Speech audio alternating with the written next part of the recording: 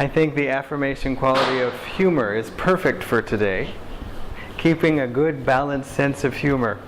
And these crackers that are going off, of course, symbolic of the victory of light over darkness for Diwali, but also a celebration. You know, we were listening yesterday to all the crackers going off outside, but also all the children laughing, and nobody suddenly screaming, sounding like anything bad had happened, but just lots of giggles and laughter and play. And again, the whole thing had a celebratory mood to it. And so it can sometimes be a little frustrating, though, when we're trying to concentrate on one thing and then there's something else that competes for our attention. And so, as we were saying in the meditation, think of the crackers as coming from God, as God just prodding us and saying, "Are you awake? Are you present? Are you thinking of me also?" And unexpectedly, let them be God reminding, so they deepen our focus rather than compete with our attention. This quality also of humor, it reminded me of a saying, because the affirmation is, merriest am I when by laughing I include myself. It says, if you learn to laugh at yourself, you will find endless amusement. And so it's really true. If we just take things, we do something wrong, it has two sides to it. One is, it's good to laugh.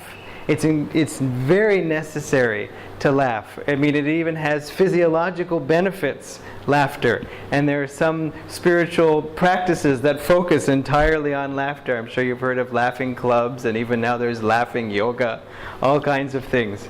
But also, laughter helps us to put things in proportion, just as it was saying in the affirmation. In fact, Swamiji said, I wonder if mental illness and extremism, fanaticism, arise primarily from a lack of a sense of humor. He said, I've found in many fanatics and some of the people who seemed a little bit unbalanced to me that they were lacking severely in a sense of humor. He commented also on Nazi Germany when he was traveling in Austria and Germany during right before World War II. And he said, humorless. But there's another side to it, laughing at our mistakes. Laughing at our mistakes, yes, rather than laughing at others' mistakes. But also when we laugh at our mistakes, we take them less seriously. It doesn't mean we're less conscientious, but it avoids the temptation to blame ourselves, to get so hunkered down and focused on our mistakes that then we just identify with them instead of saying, never mind, I'll try again next time.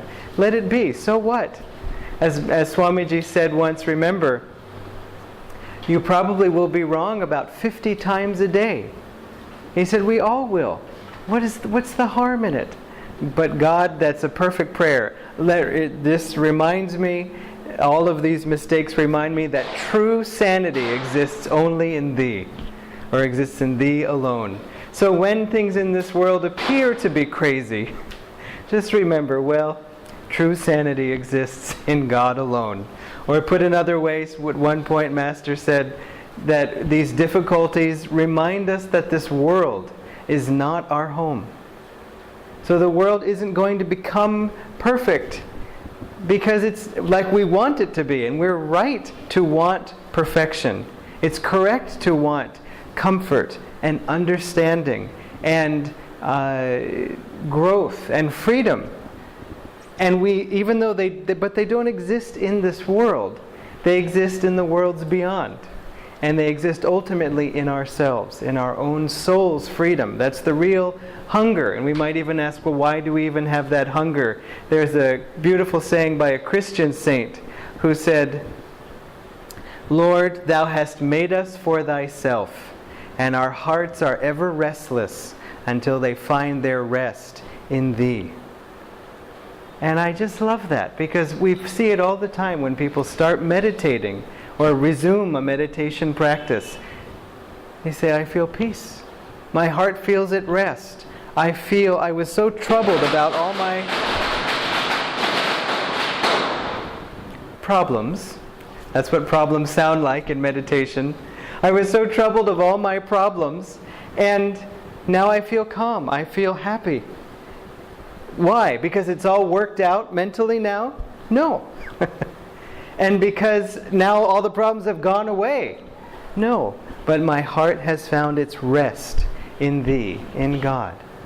And so, what we're going to do today in just a little bit is, as we mentioned, is go through the ceremony called the Festival of Light. And thinking about this, I wanted to say a few words on the value of ceremony and ritual. Obviously, if we are of a devotional temperament, or if we have a devotional association with a particular ceremony or ritual, it has great spiritual benefit for us. Because we can go to a temple, for example, Kapalishwara is just down the street, see the arati, or see an abhishekam, or see something being performed, and participate in it ourselves, and feel, especially if we have a great affection for that, we can feel uplifted by it. And that is a great spiritual benefit. Why? Because it uplifts us. And at the same time, there arise into the mind questions. Why do we do it this way? What does it mean? And even there can be a conflict with that. Because if we do things unquestioningly, if we do things without understanding, and the questions bother us, then it divides our energies a little bit. And I had a friend who was a Muslim, is a Muslim, I should say, and her parents called her, and she spoke to them in Bengali. She was from Bangladesh. And then she got off the phone and she looked upset. And I said, "What's the matter?" And she said, "Well, they're calling me because it's the anniversary of my grandmother's passing some years ago, and I'm supposed to light a candle and say certain prayers. And I told them I haven't done it because I'm busy." And I said, "Okay, why? What's the problem?" She said, "They're mad because I said I haven't done it because I'm busy." And I said, "Well, why don't you want to do it?" She said, "I don't understand the purpose of it. I don't understand the meaning of these prayers. I don't understand why I should light the candle and do this." But then she added, she said, "And so many other people feel that it's sacred. And I feel that I'm betraying that sanctity. I'm sort of stepping on their faith. I'm being disrespectful if I do those same motions without understanding it, without believing in it." And I said, "Wow." I said, "Have you told them that part?" She said, "No." And this was an ongoing conflict with them, of her kind of blowing off the ceremonies and them saying, "What's the matter with you?" And I said to her, "Don't you realize when you say, 'I'm busy, I can't do this,' they feel that you don't respect the ceremony or even the grandmother. But it's actually because you have even more respect for these rituals and prayers and ceremonies and the people who believe in them that's making you not do it. That's very impressive, actually. It shows your respect is even more than normal respect, and they're thinking you have lack of respect. Why don't you tell them your reasoning?" And interestingly, her father was coming into town the next day, and I again encouraged her, just be open about your thoughts. And she sort of girded up her courage, and she went to dinner and she blurted it out, that this was her conflict. And her father burst into tears of joy and relief. And he said, "You're questioning, you're looking for truth behind these things. I didn't ask those questions about our traditions until I was in my 50s. And you're asking them now." And it was a great healing between them. And so it's important to be able to understand the meaning behind rituals and ceremonies if we have those questions, because when we understand, then we can put more energy into them, and then we can receive more spiritual benefit from them. We then can ask, do we have to understand a ceremony? Do we have to understand even the words in order to receive spiritual benefit? Can we receive benefit even if we have no idea what's going on? The answer is yes. Of course. Some ceremonies, some mantras have an inherent power to them. The Gayatri mantra, the Mahamrityunjaya mantra, not only were they composed in enlightened times, but they have been said century after century with great devotion, and that gives them a particular power. Yoganandaji expressed this explicitly about his chants. The chants that he gave to the world, some of them he wrote himself, some of them he translated from traditional folk songs or songs in Bengali and so on. Come out of the silent sky. Well, the sky is not silent today. So he said that he took each chant that was in this book of chants called Cosmic Chants, and he chanted it over and over again with devotion until he received a divine response, until he drew God's answer just from that chant. And he said, this, in so doing, I have spiritualized this chant. And because this chant has once drawn the divine response, then when anyone else chants that same chant, they will also feel some aspect of the divine response. In other words, he gave us the technique for taking just words and melody and suddenly making it sacred, making it a powerful spiritual tool. That's how it works. And so, whenever someone has an experience of God, there is a permanent impression left in that space. And in this case, in that song that generated that. Yogananda's first disciple was named Dr. Lewis, first disciple in the U.S., first Kriyaban in the U.S.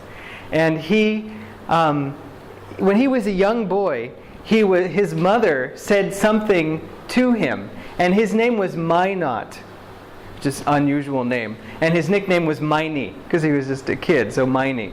And so he was walking away from his mother, and he had said something, and she was telling him to do something, and he just ignored her and walked up the stairs to the landing, and then was about to turn and go up the rest of the stairs to his bedroom, and suddenly he was transfixed, and he heard this big voice behind him say, "Now you mind your mother, Miney," meaning you listen to your mother. And he was so startled, but he felt an uplifted experience from that.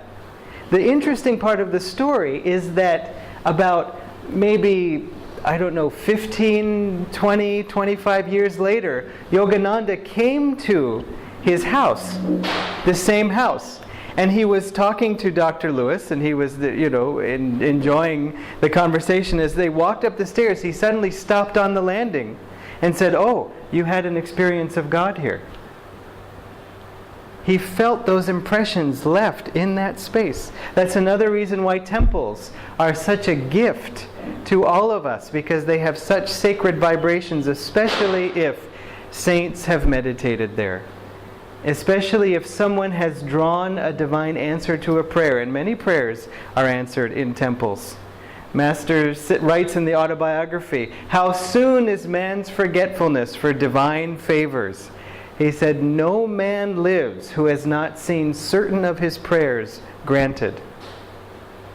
And so if we are alive, we have had certain prayers granted, whether we remember them or not. It's so sweet that yes, God does answer, but not always in ostentatious ways. Sometimes in quiet, hidden ways and so on.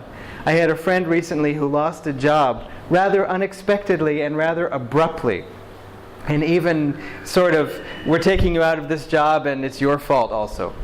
So she was kind of fired. And she was so hurt and betrayed and afraid, of security, all these things. And I didn't have a chance, after, of course, expressing my condolences, I didn't really have a chance to follow up with her. And I just got an email from her 2 days ago saying, "Oh, by the way, how are you? We're doing great. We now live in this other place, and it's fantastic. It's so much better than that old job and that old place we used to live. And now we have all these things going on, and I have this job now, and it's really rewarding," and so on. And so that was, now she can see, I hope, that was just moving her on to the next thing. It was a blessing in disguise. And I missed all of the, hand-wringing in between that we often go through. So I just went from the beginning of the drama to the happy conclusion. And it made the comparison even more dramatic. That this is horrible, this is wonderful.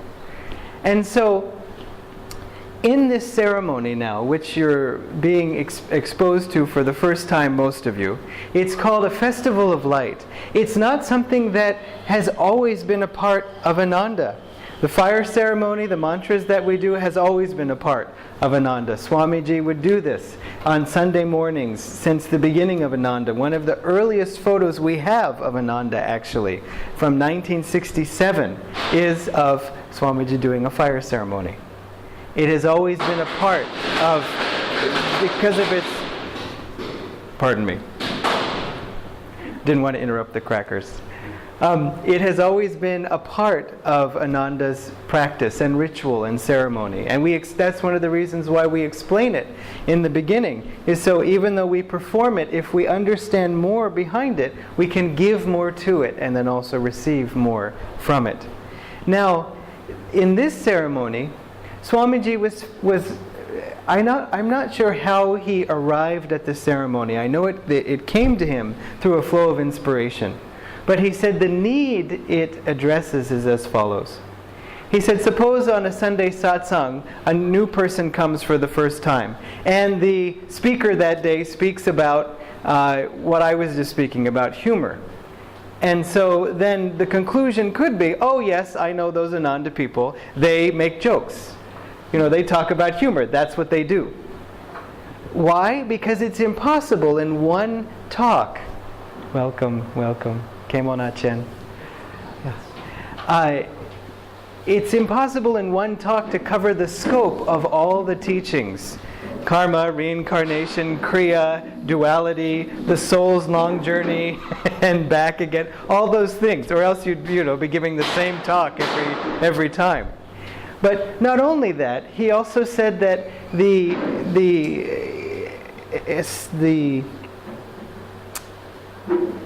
upliftment, the blessing, the divine experience of the satsang, the inspiration of the experience, should not have to depend solely on the inspiration of the speaker.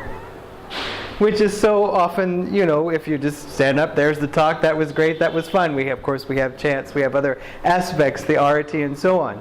But he said more is needed that way. And finally, he emphasized the value of ceremony and ritual, especially when these are rooted in truth. If they're not rooted in truth, they have a lesser significance. You can find God in anything, so I don't mean to say it that way. But sometimes there are aspects of ceremonies and rituals that are no longer appropriate, or in fact have crept in erroneously over time, especially if they're ancient. In the US, we don't have that problem as much because the whole country isn't really that ancient. It's only a few hundred years old. So people can kind of still remember that someone's grandfather's Bible has it all written down or something. But in India, we have that blessed possible problem because India is at least 5,000, 8,000 years old and beyond. The only country that is that old and is still here. And so it's a good problem to have. It means that there's been a lot of truth. But over time, different things come in. For example, the explanation that a disciple came to a guru and the disciple had just a few cows. He had just a tiny number of cows. And the guru said, go back and come to me when you have more cows. And the disciple left and returned when he had more cows. And the guru was pleased. I mean, what does that possibly mean? It actually doesn't mean anything. It's a mistake. Sri Aurobindo pointed out the word for cow, go, actually is similar to another word like ko or ko or something with a slight difference that actually meant light, not cow. So the disciple came and he had a little light. And the guru said, go back and return to me when you have more light. And that makes perfect sense. The inner light, of course. And so these things need to be clarified for us. Or when they are, suddenly we understand and get a lot more out of it. It's beautiful now. Similarly, with certain ceremonies, there's a story, I think Master used to tell it, or else it's popularly told, of a man who was about to do a certain Vedic ritual at the family estate, and right as he was getting ready to start, a goat came in and tried to munch on some of the leaves that were put by the altar. And so he'd get this goat out of here, and he put it aside, but immediately it came back around and started to munch again. And so he took the goat and he tied it to a tree outside the area where they were doing the puja, and the goat just munched around there and was perfectly content. So then his son, when performing the same ritual some years later after Appa's passing, as he was putting the ceremony together, said, "1 minute, we need a goat." "Where's the goat?" So someone went and they found the neighbor had a goat. "I just need to borrow the goat." Took the goat, tied it to a tree outside, said, "Now we can begin," and then went and began the ceremony. And then, as you can imagine, he passed this on to his son, and his son just said, "Okay, remember the goat ceremony. That's what this is." And so then someone else said, "Well, why only do one goat? I mean, it'd be more pleasing to God if we had many goats." And soon the whole goats were tied all around the compound. You couldn't do the ritual properly unless you had at least 18 goats, one for each of the whatever. You see? These little things creep in. And so that's why it's important not only to gain an understanding, which we also gain intuitively. It isn't that someone else has to explain it to us. Sometimes meditating on something, you can grasp an aspect of its meaning. And that meaning can have many shades. It's not necessarily that something means one thing only. It's a mark of sophistication in Indian philosophy. In the US, it's the logic of Aristotle, which means either something is this or it is that, either or. And this is actually very helpful in mathematics and so on, which, though tempted, I will not get into. But in terms of Indian philosophy, the mark of sophistication is how many interpretations you can get out of one statement. Because if a truth is central, then it should apply in so many different ways and in so many levels of truth and so on.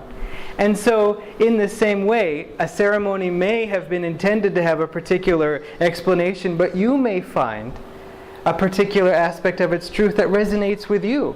And if it's true, it has great value. And again, even if you don't fully understand, in this ceremony, of course, we're going to be saying a lot of words, and we're going to give you a little booklet with all of those words. So you can follow along with the subtitles if you want in the little booklet. Or you can just sit back and just take it in, and you can read the booklet later. Whatever helps you. If you find yourself missing a lot of the words and it's frustrating, then read the book so you can hear it and see it and go along with it and really get the understanding. If you feel like you're kind of getting it, then maybe just sit and enjoy it. Drink it in. And then later you can go and read the thing and so on.